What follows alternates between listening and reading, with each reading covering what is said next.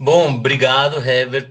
Eu acho que é uma iniciativa muito legal. Eu, sinceramente, tô curtindo muito essas formas de diálogo que estão se construindo nesse momento totalmente atípico e histórico que a gente está vivendo. Eu acho que a gente está encontrando outras formas de diálogo, outras formas de trocar ideias, né? Eu vejo que o pessoal da Brasco, né? A gente viu o Emerson Merri, a gente foi ótima a última live que vocês fizeram com a discussão sobre saúde mental e povos indígenas também, com a participação do Emerson Merri, e a gente tem visto que, em especial no campo da saúde, a gente tem visto várias figuras que têm partilhado saberes e tentado entender um pouco mais desse momento histórico ímpar que a gente está vivendo, e eu acho que é uma oportunidade muito legal essa ideia da gente poder trocar ideia sobre essas discussões de saúde mental em contexto indígena, sobre formas de promoção do bem viver indígena, e em especial, né, como é que a gente continua pensando em formas de fomentar o protagonismo dos povos indígenas e que parceiros que eles têm.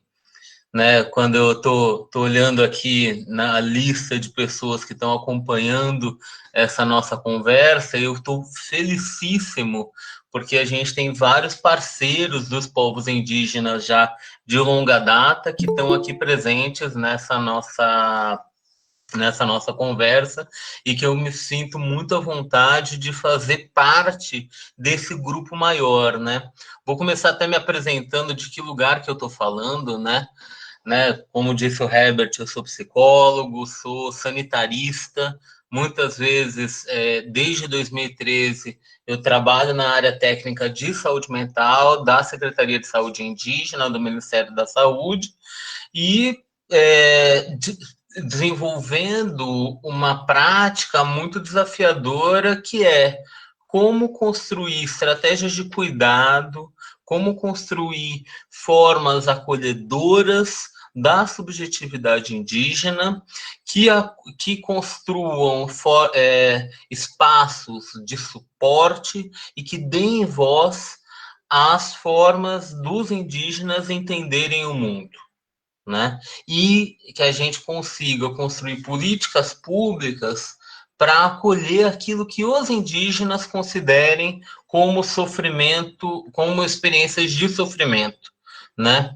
Aí a gente, aí me colocando, né? Sou psicólogo, faço doutorado em saúde coletiva atualmente, e já há 7 anos, há 8 anos, venho me deparando com esse grande desafio, que é como é que eu promovo formas de cuidado do sofrimento psíquico para uma população que não entende que entende as experiências de sofrimento numa outra ordem, né? Então, as categorias de psíquico, de mental, não fazem sentido para a maioria dos povos indígenas, né? E aí eu acho que está aí um grande desafio, que é como é que a gente proporciona oferta à saúde para uma população que entende saúde de uma maneira totalmente diferente. E aí eu acho que vale a pena a gente retomar um pouquinho do histórico do subsistema de atenção à saúde indígena, né? Que é a política nacional de atenção à saúde indígena, ela se coloca um desafio que muitas vezes não é realizado nas práticas das equipes de saúde. A Política Nacional de Saúde Indígena diz que a medicina ocidental, as práticas de saúde ocidentais devem ser complementares às formas, aos saberes tradicionais indígenas, às práticas de cuidado indígena. Porém, historicamente, a gente sabe que isso não é muito a realidade que se dá, né? Infelizmente, as práticas de saúde, elas também servem, também acabam funcionando como uma prática colonizatória dos povos indígenas, né? E aí eu acho que a contribuição que o Merri trouxe na última semana foi super interessante, né? Porque a gente tem um histórico desde a época do Serviço de Proteção ao Íntimo, do SPI, que antes tinha assim, um objetivo de integrar os parentes. Aí estou vendo aqui os parentes de Chavante com a gente, ouvindo a gente sabe muito bem dos desafios dos processos de contato violentos que esses povos tiveram com as sociedades não indígenas. Mesmo a partir dos anos 90, quando não há mais uma proposta de integração do Estado, de integração desses povos à sociedade nacional, a gente vai vendo que as ações de campanhistas não conseguem ofertar um cuidado longitudinal para essas populações. E a partir dos anos 2000, com o surgimento do subsistema de atenção à saúde indígena pela Lei Arouca, e aí eu gosto de retomar a ideia olha quem é que pensa o subsistema de atenção à saúde indígena. O Sérgio Arouca, que é praticamente um dos maiores sanitaristas do Brasil, que pensava em como ofertar saúde valorizando as práticas de cuidado tradicionais desses povos. Só que quando essas equipes estão em contato com a população indígena, a gente vê que ainda se tem uma lógica colonizatória, em que muitas vezes os indígenas querem muito mais o cuidado do não indígena do que as suas práticas tradicionais, né? É interessante quando a gente discute a articulação com as práticas de saberes tradicionais, a gente às vezes ouve os profissionais não indígenas dizerem: a gente propõe para que eles conversem com os pajés, mas muitas vezes eles não querem mais saber da prática de cuidado tradicional, né? E aí eu acho que tem uma coisa que eu quero botar em pauta, estou vendo vários colegas para a gente discutir aqui, participando dessa live, a gente tem que ler o Frantz Fanon para discutir o que as relações coloniais, em que no contato colonizatório as pessoas o sujeito colonizado vai tendo seu saber desvalorizado e apenas passando a valorizar o saber do colonizador.